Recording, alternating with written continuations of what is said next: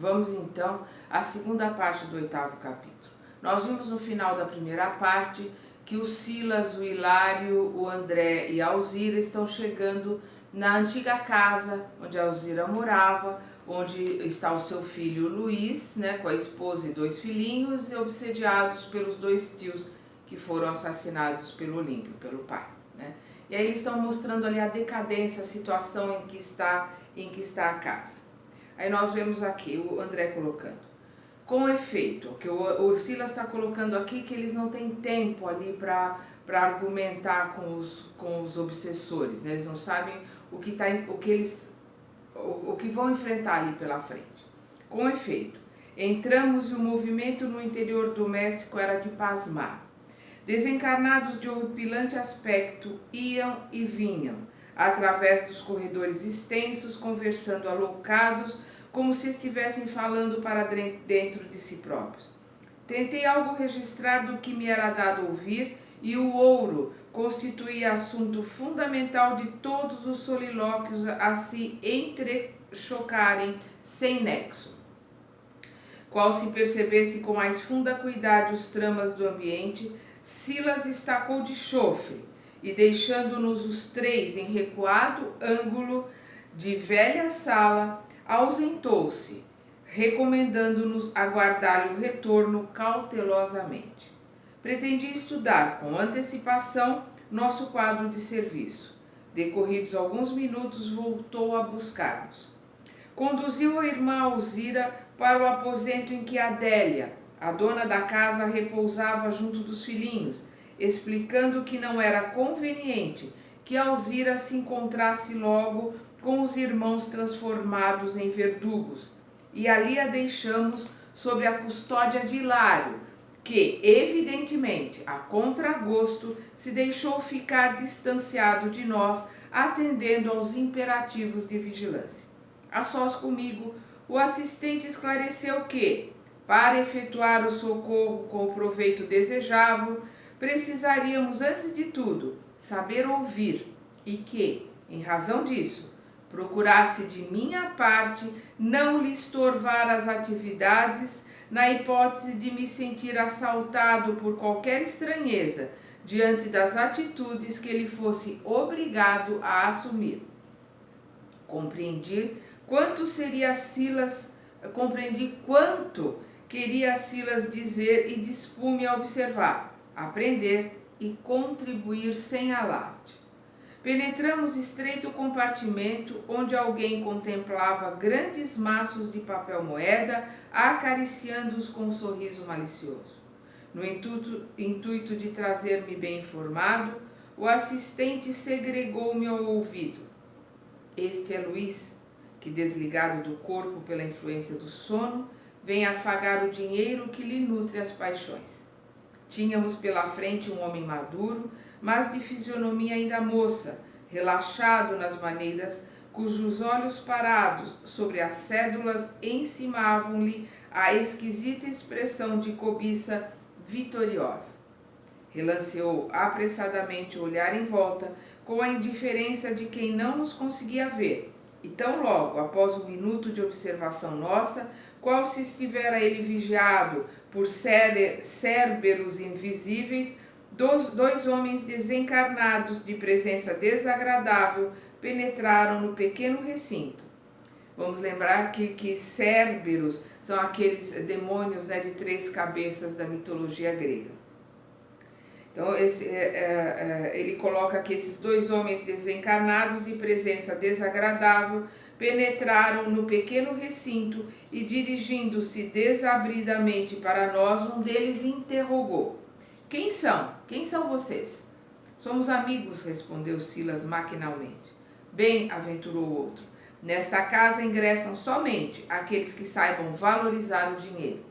E, designando Luiz, acrescentou: para que ele não se esqueça de preservar a fortuna que é nossa.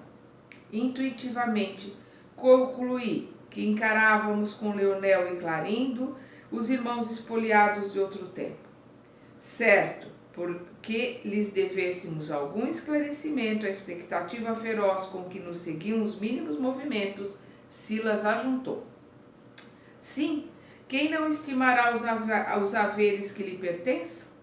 Muito bem, responderam satisfeitos ambos os perseguidores, esfregando as mãos na alegria de quem supostamente encontrava mais combustível para a fogueira de vingança a que se entregavam com desvario espantoso.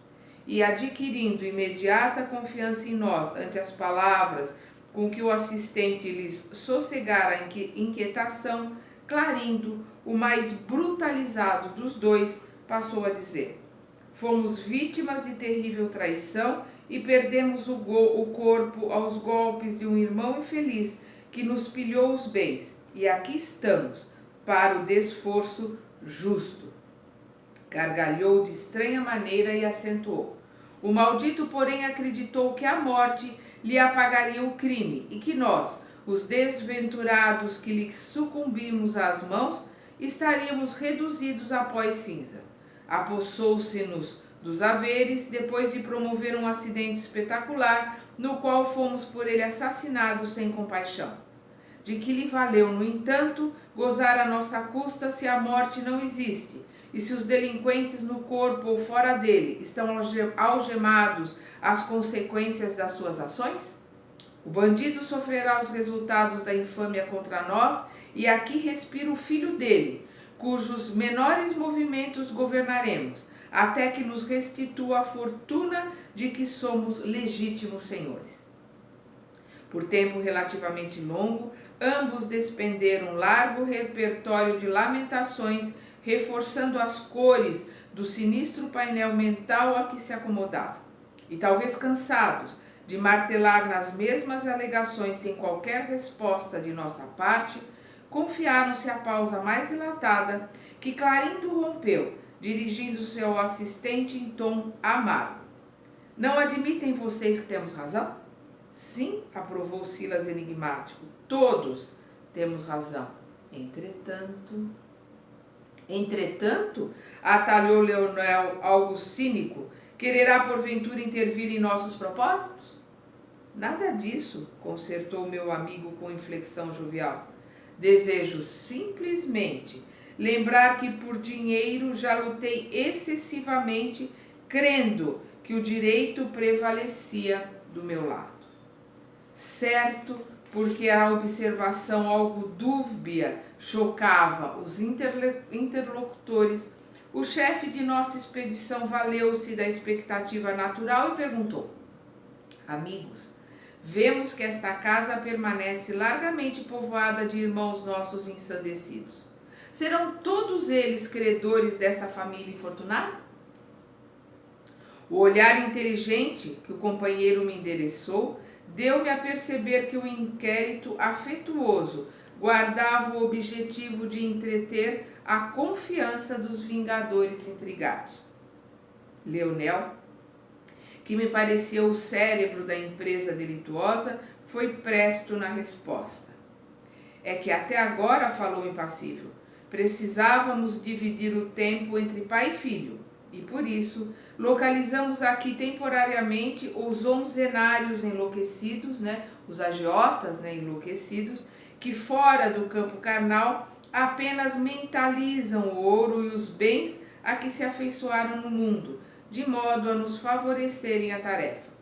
Acompanhando o Sovina que nos obedece ao comando, constrange-no a viver, tanto quanto possível, com a imaginação aprisionada ao dinheiro que ele ama com deslocada paixão. No entanto, presentemente informou Clarindo magoado, o criminoso que sitiávamos nas trevas nos foi arrebatado à vigilância. Disporemos de mais tempo para acelerar a nossa desforra.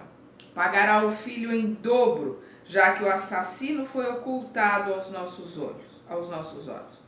Longe de qualquer precipitação na defesa da verdade e do bem, o assistente falou calmo. O esclarecimento nos faz crer que este homem, e designou Luiz, que prosseguia fascinado pelos maços de células da gaveta abarrotada, além do apego enfermiço à precária riqueza humana, ainda sofre a pressão de outras mentes alucinadas quanto a dele nos enganos da posse material. Nesse caso, o doentio desejo de que se sente objeto é naturalmente elevado à tensão máxima. Leonel, percebendo que Silas penetrava o âmago do problema com surpreendente facilidade, explicou entusiasmado. Sim, aprendemos nas escolas de vingadores que todos possuímos. Vamos lembrar, o livro Libertação. Ali nós vemos uma dessas escolas, de justiceiros, de vingadores. Então ele coloca: aprendemos nas escolas de vingadores que todos possuímos, além dos desejos imediatistas comuns em qualquer fase da vida, um desejo central ou tema básico dos interesses mais íntimos. Então, aquilo que é o tema básico, o interesse central, aquilo que está cristalizado dentro da pessoa, que é mentalizado e materializado por ela. Por isso, além dos pensamentos vulgares que nos aprisionam à experiência rotineira, emitimos com mais frequência os pensamentos que nascem do desejo central que nos caracteriza. Pensamento esses que passam a constituir o reflexo dominante de nossa personalidade. Desse modo, é fácil conhecer a natureza de qualquer pessoa em qualquer plano, através das ocupações e posições em que prefira viver. Vamos entender isso muito bem. Através daquilo que a pessoa materializa, mentaliza, fica fácil ver naquilo que ela mantém a sua ideia fixa. Vamos lembrar Jesus. Onde estiver o teu tesouro, lá estará o teu coração. É ali que você vai viver. Então nós vamos estar vivendo em sintonia com aquilo que é caro para nós, é o nosso tesouro. É ali que o nosso coração estará. E nós é que vamos eleger os nossos tesouros. Eles ficam materializados à nossa volta. Então fica fácil para os obsessores verem qual é aquilo que está cristalizado, está materializado ali, para eles entrarem ali, como a fustigar ao ponto fraco para poder dominar o seu obsediado. Desculpa. Assim é que a crueldade é o reflexo do criminoso, a cobiça é o reflexo do usurário, a maledicência é o reflexo do caluniador, o escárnio é o reflexo do ironista e a irritação é o reflexo do desequilibrado, tanto quanto a elevação moral é o reflexo do santo. Conhecido o reflexo da criatura que nos propomos retificar ou punir, é assim muito fácil superalimentá-la com excitações constantes, robustecendo-lhe os impulsos e os quadros já existentes na imaginação e criando outros que se lhe superponham, nutrindo-lhe dessa forma a fixação mental. Então, descobrindo qual é o tesouro de cada um, fica fácil superexcitá-la, incitar aquilo que já é caro para ela, com imagens, com ideias pré-concebidas, com medos, com situações para poder manipulá-la. Por isso que nós temos que manter ativa a nossa reforma íntima, o nosso orar e vigiai, vigiando os nossos sentimentos e os nossos pensamentos, analisando os nossos maiores defeitos, o orgulho, a vaidade, a prepotência, a intolerância, e fazendo uma análise muito profunda de nós mesmos, descobrindo qual é o nosso tesouro. O que é valioso para mim de verdade, não da boca para fora, daquilo que eu quero achar que é verdade, que eu quero fazer os outros pensarem e eu quero de tanto repetir fazer verdade para mim mesmo. Não, isso não serve para nada. É aquilo que é verdadeiro, que está lá dentro de mim, é que é realmente aquilo que eu dou valor e é o meu tesouro. É ali o meu calcanhar de Aquiles, é ali que os meus obsessores, que aqueles que querem me dominar, aqueles que querem me castigar, aqueles que querem me ver sofrer, vão encontrar o ponto onde vão poder fustigar, onde vão poder me manipular. Vamos continuar estudando na terceira parte